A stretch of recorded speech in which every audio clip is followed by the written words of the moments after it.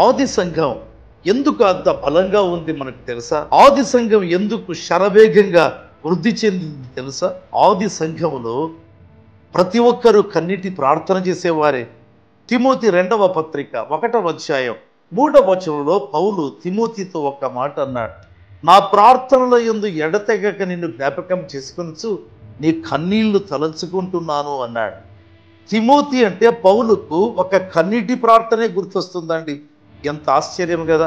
అవునండి, ఆది సంఘములో ప్రతి ఒక్కరు కన్నీటి ప్రార్థన చేసేవారు. పాత నిబంధనలో హన్నా కావచ్చు, కొత్త నిబంధనలో పౌలు కావచ్చు, లేదా తిమోతి కావచ్చు, చివరికి మన ప్రియ ప్రభు యేసుక్రీస్తు హెబ్రీ 5:7లో వ్రాయబడింది కదా, ఆయన మహారోధనముతో ప్రార్థించేవాడు. అంతేనా, కన్నీటితో ప్రార్థన చేసేవాడు. అందుకే ఆ ప్రార్థనలను బట్టి బాకాలోయ అనుభవం గుండా వెళ్ళి సంఘము ఫలాభివృద్ధి నొందింది. ఈ అనుభవం కొరకు ప్రార్థిద్దామా?